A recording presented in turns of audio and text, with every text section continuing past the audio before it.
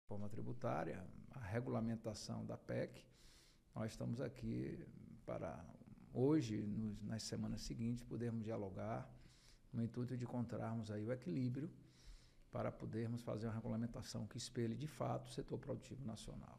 Deputado, primeiro, obrigado pela sua presença. Eu queria fazer uma pergunta genérica antes da gente falar um pouquinho sobre os temas mais específicos das grandes bandeiras de defesa do FPE, que é o Brasil nos últimos 15 anos, na realidade, mudou, né? Politicamente, o poder deixou de estar centralizado no poder executivo e ele migrou de uma forma por empoderamento do poder legislativo.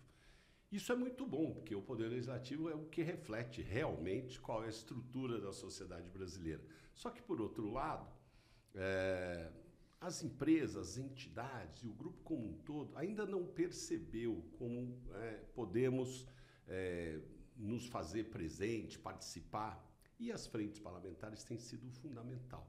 Como é que o senhor vê este crescimento, fortalecimento das frentes parlamentares, onde a gente faz um debate democrático, muito aberto, com o apoio da sociedade civil? Castilho, você foi num ponto nefrálgico, não é? Nós, deputados e senadores, temos um compromisso com a representação popular e com a federação, estados e municípios. A partir do momento que o eleitor elege o seu deputado ou o seu senador e se afasta, não tem proximidade com o gabinete, com o parlamentar que ele elegeu, as coisas não ficam tão representativas quanto poderiam ser se tivesse essa proximidade depois das eleições. E o que as frentes parlamentares, não todas, porque muitas delas só têm o nome e o papel, não têm atuação, que é o caso oposto da FPE, que tem uma atuação extremamente produtiva e resolutiva.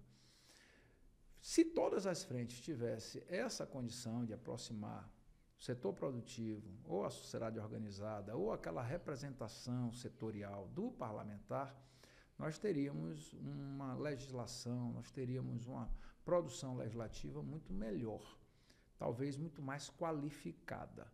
Não é? Porque quando você vota e se afasta, você não critica, você não sugere, você não tem esse debate entre os eleitores daquele parlamentar para poder, inclusive, reforçar posicionamentos que muitas vezes ele o faz sem estar absolutamente em concordância com quem o colocou no parlamento. E eu só faço um adendo. Não é só o poder legislativo que está tendo um protagonismo que nunca antes teve. O judiciário também está tendo. Pois é. Então, nós temos que estar sempre fazendo com que a independência, mas, acima de tudo, a harmonia dos poderes prevaleça. E, para isso, nós temos que ter posições e uma agenda que pense, acima de tudo, no Brasil e nos brasileiros.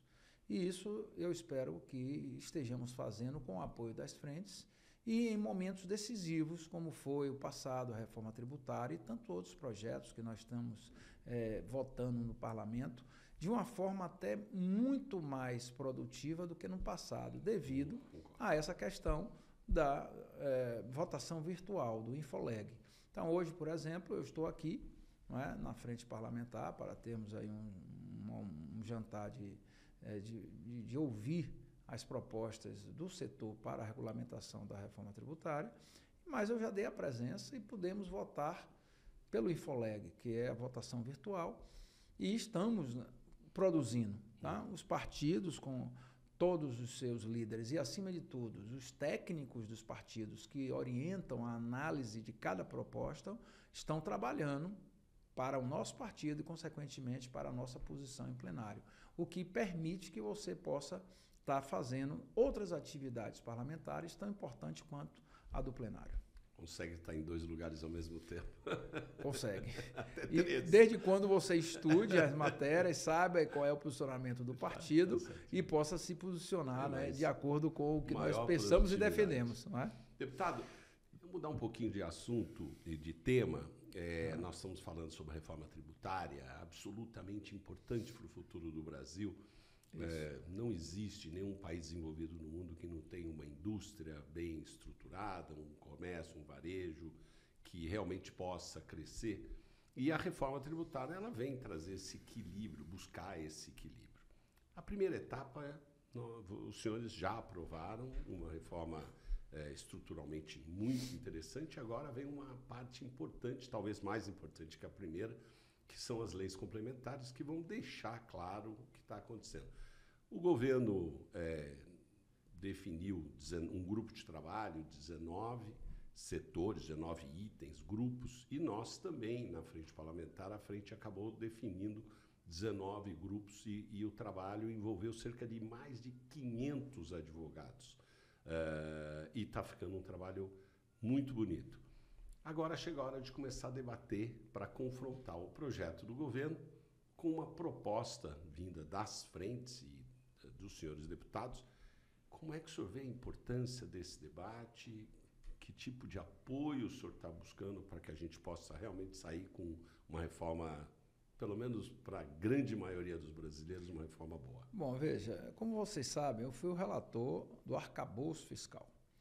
Então, a primeira coisa que nós temos que pensar é que nós não podemos deixar o país com o nível dos impostos que hoje são arrecadados menor do que existe hoje na nossa carga tributária. O país não tem como reduzir hoje a sua carga tributária. É possível tentarmos fazer isso? Sim.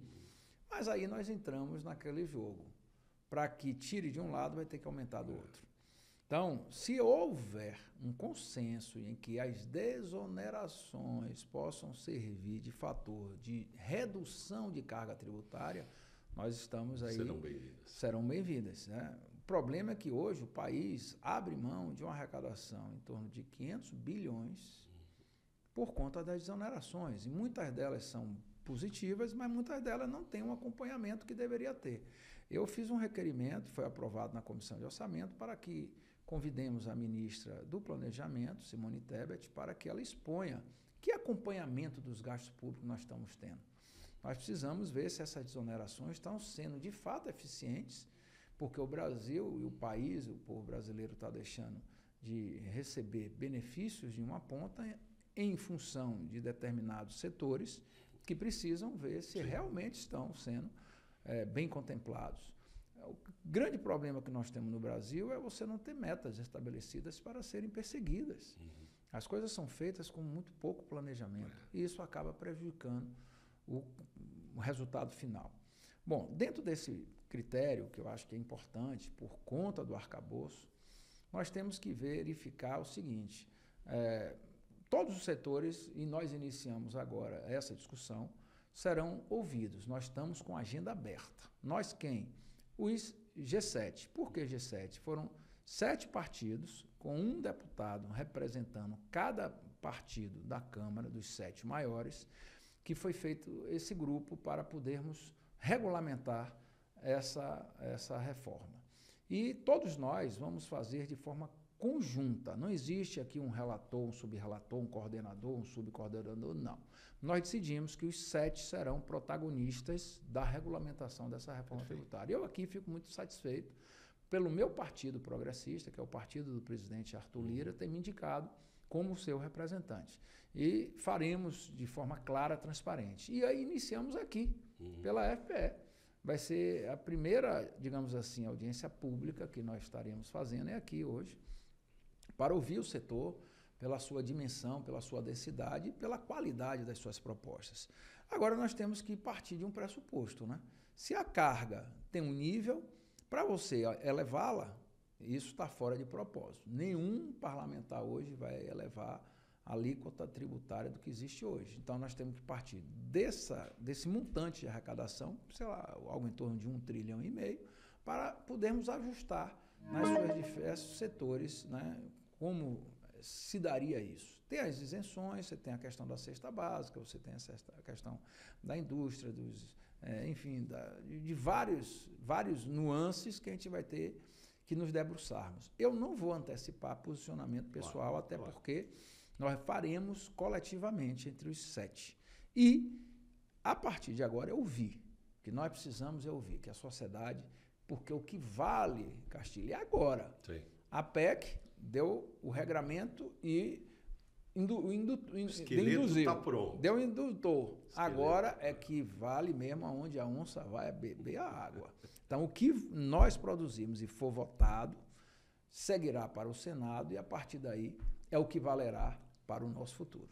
Deputado, neste tema tem um item que ficou fora, não é para ser debatido, entendo. Eu acho que a posição dos senhores é perfeita, não dá para aumentar ou favorecer alguma coisa, e obviamente vai ter prejuízo, mas tem um terceiro dado, que é a reforma administrativa, que faria com que esse montante do gasto diminuísse e ao longo do tempo pudesse ter uma equação melhor. Como é que o senhor vê a possibilidade de, encerrando esse debate da reforma tributária, voltarmos a discutir sobre uma reforma administrativa no país? Eu estou no 8º mandato consecutivo de deputado federal. E lhe digo assim, nós temos essa matéria, que é a mais importante do ano. Tem outra matéria mais importante do que essa que nós estamos, que é o PDL 68, que é a regulamentação da reforma tributária, que nós vamos votar agora. Queremos votar até o recesso. Só queremos sair de recesso depois que votarmos essa matéria. Só que depois nós temos aí eleições. Então, você não tem como engatilhar uma outra agenda com a magnitude e importância que é a reforma tributária. Aliás, o governo peca por não colocar numa agenda a reforma administrativa. Por quê? Porque a redução do Estado, nós temos como eficientizá-lo. Como também a reforma da Previdência. Nós temos que discutir essa questão. Novamente. Temos que discutir novamente essa questão, porque nós estamos empurrando com a barriga uma dívida que só está crescendo de forma absolutamente, digamos assim, prejudicial para o país.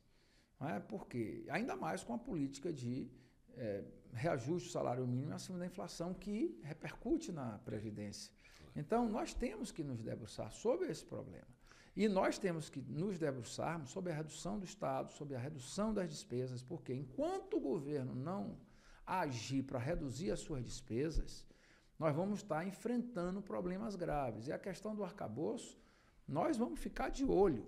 Eu vou ficar de olho, porque se o governo não aumenta a sua receita, como pode, até porque não vai ter aumento de alíquota, vai ter aumento de carga daqueles que não pagam. Vai ter que fazer alguma coisa. Tudo bem. Questão do CARF, tudo bem. Questão dessas empresas chinesas aí, de sites que vendem e comprometem, inclusive as empresas brasileiras, pela competitividade desleal, cobrar delas, tudo bem. Então, nós estamos percorrendo um caminho que é aceitável. Você eleva a carga tributária, mas não eleva a alíquota dos tributos da atual contingente de contribuintes do país. Isso nós não aceitamos elevar. Mas cobrar de quem não paga é perfeitamente justo. Mas não é bastante. Não. O governo tem que começar a cortar os seus gastos. O governo tem que apresentar ao país um projeto de redução de gastos públicos e colocar o Conselho de Avaliação da Atividade dos Gastos Públicos em funcionamento, o CEMAP. Tem que funcionar, nós temos que ter meta, nós temos que ter redução de gastos, porque é inarredável essa agenda.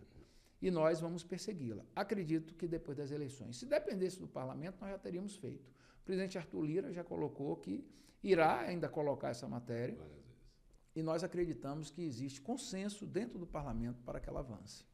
Deputado, 2 pontos importantes. O primeiro, que tem uma relação direta com a reforma administrativa, é que alguns setores na reforma tributária se dizem preocupados, porque pagavam muito pouco imposto e agora vão ter que pagar um. O setor de serviço, basicamente, é o principal. Profissional liberais. Quando olhamos para a reforma administrativa, que seria uma maneira de equilibrar um pouquinho as contas ou reduzir um pouquinho a carga de todo mundo, claramente não vai sair agora. Será que a desoneração da folha poderia ser um item que ajudasse um pouquinho ou tivesse um efeito positivo para esses setores que se sentem um pouco prejudicados? A desoneração da folha é defendida de forma quase que unânime dentro do parlamento. Mas existe um problema. Você não pode desonerar sem apresentar a receita equivalente. Aí eu concordo com o ministro Haddad que nós temos que, a partir de agora, e errou o governo ao entrar com uma medida judicial no Supremo, depois do Congresso ter estabelecido a sua posição. O que é que o governo deveria ter feito? 2 vezes, né? 2 vezes e nas 2 casas. Então, o que é que o governo deveria ter feito? Entrado na justiça para evitar-se qualquer projeto que venha aumentar a despesa sem apresentar de onde virá essa receita. Isso é o correto. E eu sempre defendi isso e deixei claro, pelas regras contidas no arcabouço, que o Brasil precisaria, para projetar o controle das contas públicas e a diminuição, o equilíbrio e depois a diminuição da elevadíssima dívida pública, de colocar receitas adicionais. O governo não só tem colocado, mas também tem aumentado as suas despesas. Não dá. E aí o governo aumenta aí a faixa do imposto de renda, faz com que haja a política de valorização do salário mínimo acima da inflação, que tem repercussão na Previdência. Tudo isso gera gastos e o governo não apresentou a receita equivalente. E nós, quando fazemos a desoneração da folha para setores produtivos, o governo judicializa. Não está certo isso. O judiciário está aí, querendo um quinquênio. Isso vai trazer uma conta adicional de despesa elevadíssima. Ou seja, os demais poderes, quando vê que o executivo não está fazendo o seu dever de casa e está gastando, por que o legislativo também não pode apresentar legitimamente, pela sua prerrogativa e competência constitucional, também determinadas situações como essa da desoneração? Então, nós precisamos sentar e cada um fazer o seu dever de casa. A desoneração foi votada, eu acredito que para esse ano ela prevaleça, mas para os anos seguintes deva ter aí uma graduação e nós temos que nos debatermos de onde virão as receitas que façam compensação. Porque, repito, são 500 bilhões de reais por ano que estão sendo desonerados e nós não estamos vendo se isso está sendo produtivo e efetivamente benéfico para o setor produtivo brasileiro e para o povo brasileiro e a nossa nação, sem uma avaliação. Então, nós temos que começar a atuar firmemente nesse viés. O senhor falou uma coisa importante sobre 2 pesos, 2 medidas. Isso me faz pensar num outro tema para debater um pouquinho. Uma lei antiga, criar uma oportunidade de importação de até $50 sem nenhum tipo de tributo, que foi criado em outro momento tecnológico, inclusive. Essa lei foi criada lá atrás com a intenção de alguém mandar um presente para um parente, mandar um livro, alguma coisa. Com o crescimento das plataformas, principalmente as chinesas, encontrou-se uma brecha monstruosa no mercado brasileiro para poder trazer produtos e começar a vender a um preço muito competitivo. Em nenhum momento nós estamos falando em protecionismo da indústria, porque acho que o Brasil já não está no estágio que não precisa se proteger. Agora, uma coisa é trabalhar num mercado competitivo onde um paga imposto e o outro não. Então nós estamos falando de isonomia e não de protecionismo. Como o senhor vê esse tema e o que o senhor imagina que nós aí possamos fazer um pouquinho para ajudar? Esse tema é polêmico, porque o PT não aceita em função de dizer que quem compra é o pobre, que o rico tem direito a comprar até $1.000 no duty free, que não é uma verdade absoluta, não. São coisas diferentes. Sim. Não se está prejudicando em competição desleal internamente, né? Então, você pode comprar no duty free do exterior, etc., e você não está prejudicando a indústria nacional. Então, esse argumento, para mim, do PT não prevalece. O PL, que é o maior partido da Câmara, também não concorda com a taxação, porque ele prefere isentar no mesmo valor equivalente os produtos nacionais. Ou seja, a renúncia de novo fiscal, nós caímos em nova desoneração sem apresentar receita equivalente. Então, ficamos com duas posições, na minha opinião, equivocadas e que não ajudam no processo de você avançar com a matéria. Ela está pautada para discutirmos essa semana, até porque ela está em cima da medida provisória do MOVER, que traz o benefício à indústria automobilística, que é importantíssimo para o país. Eu tenho uma posição já fechada, eu sou a favor da taxação, justamente pelo que você colocou, não existe isonomia tributária entre os iguais. Claro. Então, você não pode privilegiar ainda mais empresas estrangeiras em detrimento da mão de obra, dos empregos, dos impostos internamente. Então, eu sou a favor e espero que a Câmara possa colocar. Agora, de fato, você só coloca em votação a matéria quando você tem um número, né, adequado, seguro, que passe. Né? Então, essa matéria não está madura ainda. Não sei se entre hoje e amanhã, né, nós estamos aqui numa segunda-feira, até amanhã, que é um dia de terça-feira, que quarta já praticamente não pré-feriado, a gente não tem quórum assegurado, para podermos deliberar sobre ela. Então, e ainda tem um agravante. Amanhã, na terça-feira, nós temos sessão do Congresso, onde nós vamos completar a votação dos vetos polêmicos, né? Inclusive, tem aí a questão da tabela da execução orçamentária, que está tendo muito problema, dentre outros, que nós precisamos aí tomar decisões. Então, o dia de hoje e amanhã vai ser muito carregado.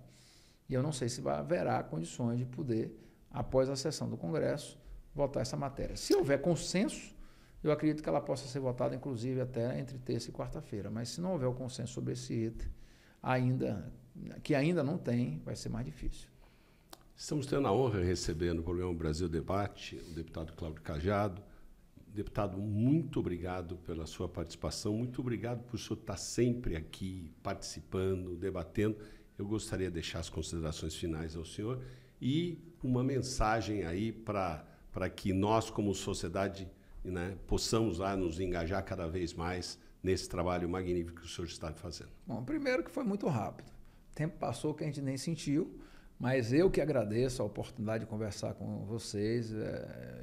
Digo que durante esse período que eu integrarei o grupo dos 7 parlamentares que irá discutir e apresentar um relatório sobre a regulamentação aí da reforma tributária, nós queremos que seja o mais transparente, o mais acessível e o mais amplo possível dessas discussões. Acertou o presidente Arthur Lira em colocar 7 parlamentares, porque no caso de uma discordância vai ter uma maioria que vai, obviamente, prevalecer, e não ficou concentrada em uma única pessoa, que seria muito difícil de ela poder fazer esse trabalho, que é extremamente complexo, não é uma lei simples. Nós estamos aqui falando de junção de impostos, de uma reforma tributária que estava há mais de 40 anos parada e que prevalecerá para o nosso futuro, né, para o futuro de todos nós, reduzindo aí a quantidade enorme, extravagante de impostos que nós hoje, principalmente os contadores, tem que fazer para qualquer pessoa que tem empresa, inclusive as micro. Então, eu penso que chegou um momento, até julho, de nós decidirmos e vamos tentar decidir, pelo menos essa é a intenção de nós 7, da melhor forma possível, ouvindo a sociedade civil organizada, o setor produtivo, indústria, comércio e serviço, e tentarmos ajustar o que ficou para ser ajustado a partir de agora. Então, conte conosco e, por favor, nos procure, nos demandem. Nós estamos com mesa de diálogo para recebermos individualmente empresas e organizações, né, que representem determinados setores produtivos, e estamos com as audiências públicas. Amanhã, por exemplo, nós ouviremos o Bernardo Api, que é, né, digamos assim, um mentor dessa reforma, e à tarde, as 7 confederações da indústria, da agricultura, do comércio, etc. E a partir daí, a partir da próxima semana, vai ser um debate intenso, terças, quartas e quintas. Conte conosco. Deputado, muito obrigado. Eu que agradeço.